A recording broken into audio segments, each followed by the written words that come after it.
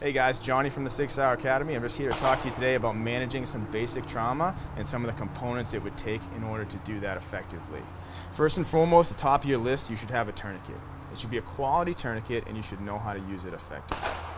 After that, not all bleeding you're going to encounter is going to be life-threatening. Right? So a bandage system that's effective, has multiple pieces that can treat a wide variety of wounds is probably something you're going to want to go with. Right? There are many out there on the market, so make sure you either get some guidance or do some education and choose appropriately. On that line, there are also many varieties of chest seals out there in the market.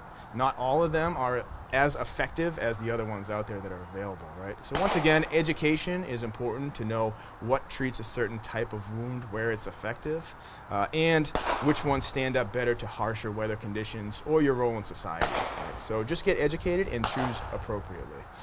Beyond that, if you have the room to carry additional components, basic band-aids, tape, things like that can be a force multiplier for you in your med kits. Right? There are several options out there depending on the real estate you have available, right, or the room you have available to carry these med kits, whether it be in a pocket or a larger type nylon pouch setup. You can always gather the components you like and just put them in a Ziploc bag and store them that way as well. Beyond that, make sure it's readily accessible for you. None of this equipment or training will help you if you don't have the components readily available in the time of need. For more tips, training, and information, visit SAUERacademy.com.